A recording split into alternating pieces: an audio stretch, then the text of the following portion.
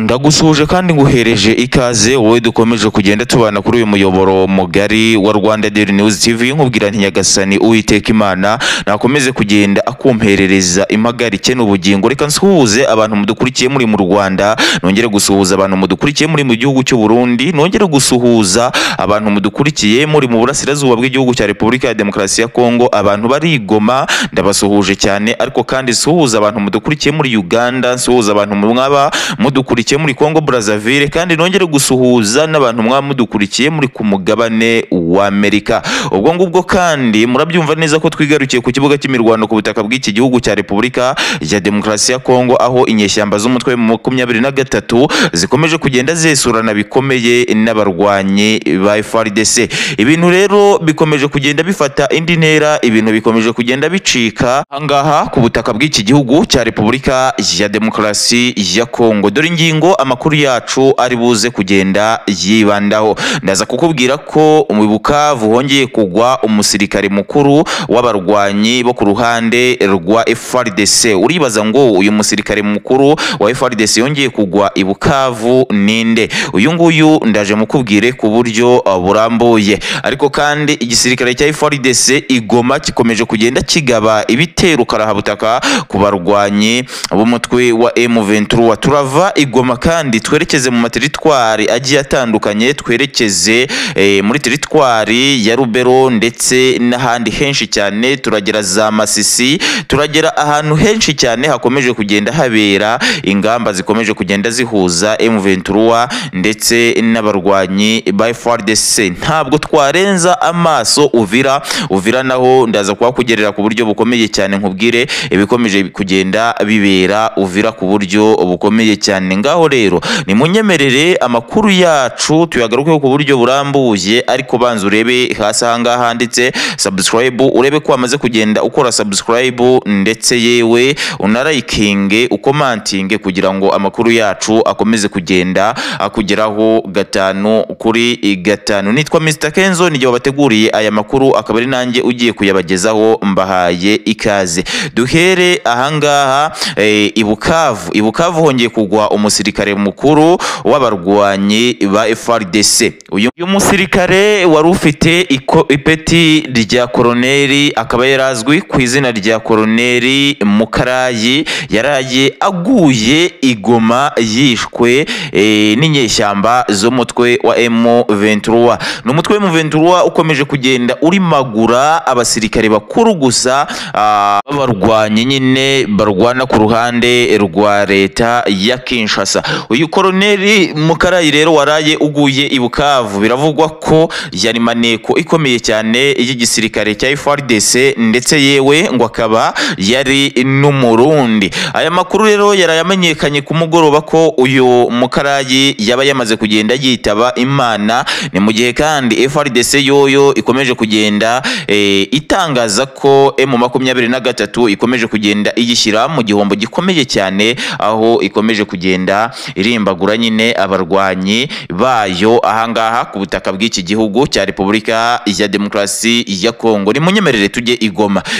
Ibintu bikomeje kugenda bicika ku buryo bukomeye cyane mwabantu mwe. Igoma abarwanyi ba FARDC barashaka ngo kwigarurira uyu mujyi wa Goma bawukuye mu maboko y'inyeshyamba z'umutwe wa M23. Wakwibaza ngo bakomeje gukora ibiki? Reka mbikubwire. Abasirikare barwana ku ruhande rw'igisirikare cya leta ya Kinshasa ahangaha igoma bakomeje kugenda batangaza ko bashaka kwigarurira iyi Goma, bakongera kuyikura mu maboko ya M23. Bakomeje kugenda bagaba ibitero ku buryo bukomeye cyane. Rero bakomeje kugenda bagaba ibitero. Uwitwa General Pacifique Masunzu nubwo atakibarizwa ahangaha ku butaka bw'iki gihugu cya Repubulika ya Demokarasi ya Kongo, ngo aho ari i Burundi akomeje kugenda ategura ama operasiyo ahangaha igoma. Ahangaha igoma rwose ugoroba FARDC yahakoreye operasiyo karahabutaka, yahakoreye operasiyo ya Kasamutwe,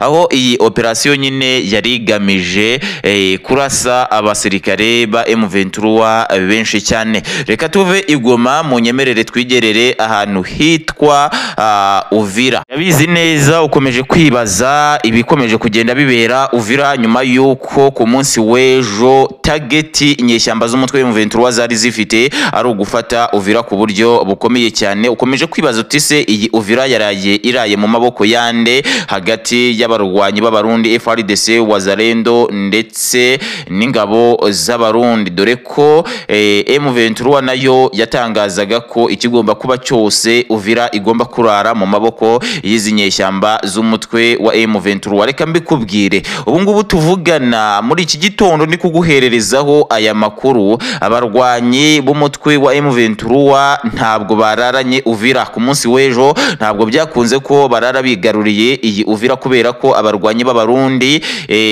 FDNB Wazalendo aba FARDC ku munsi w'ejo hariya Uvira rwose bari bakaniye ubwo bari bakomeje kugenda barasana n'izi nyeshyamba z'umutwe wa M23 kugeza ubwo abarwanyi b'umutwe wa M23 basubiye inyuma batigaruriye Uvira. Ariko nta wavuga ko byarangiye, kubera ko iyi M23 turayizi cyane iba ikomeje kugenda irwana ijya mbere ku mirongo y'imbere ku rugamba, igakomeza kugenda ivuga ko ishaka gufata ibice byinshi, dore ko twamaze kugenda tumenya icyo M23 igambiriye hanga ku butaka bwa Repubulika ya Demokarasi ya Kongo, ko ari ukubanza ikigarurira imipaka ku buryo bukomeye cyane, yarangiza kwigarurira imipaka ikabona kuba yatuza, ngo ikabona gupanga uburyo yashaka uburyo igera Kinshasa ikeguza uwo bita Perezida Kisekedi Kilombo ku mugaragaro. Ni munyemerere tuve Uvira ku buryo bukomeye cyane. Mwabyumvise ko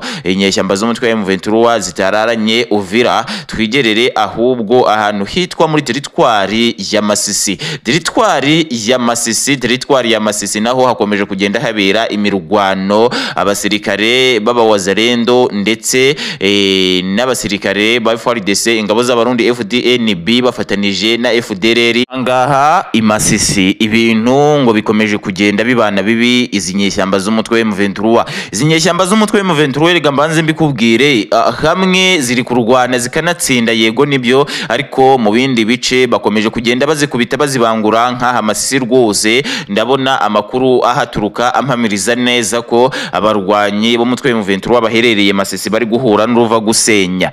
Ngo bari guhura n'uruva gusenya rwose, ngo kubera abarwanyi ba FDLR ahangaha Masisi bakomeje kugenda barasa cyane inyeshyamba z'umutwe wa M23.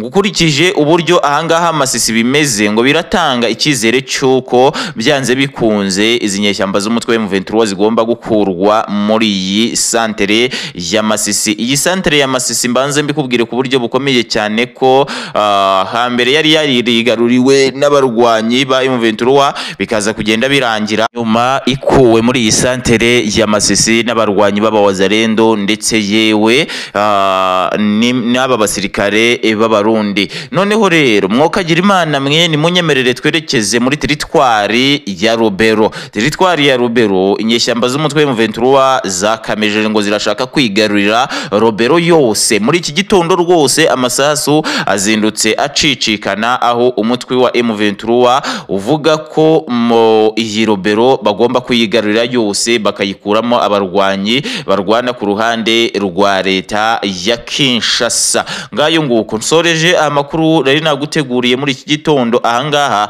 Gusa nkubwire ngo reba hasi ahangaha ndetse subscribe, urebe ko wamaze gukora subscribe, ukomantinge, urayikinge, hanyuma amakuru yacu agende akugeraho gatanu ku kandi. Nitwa Mr Kenzo, ndagushimiye.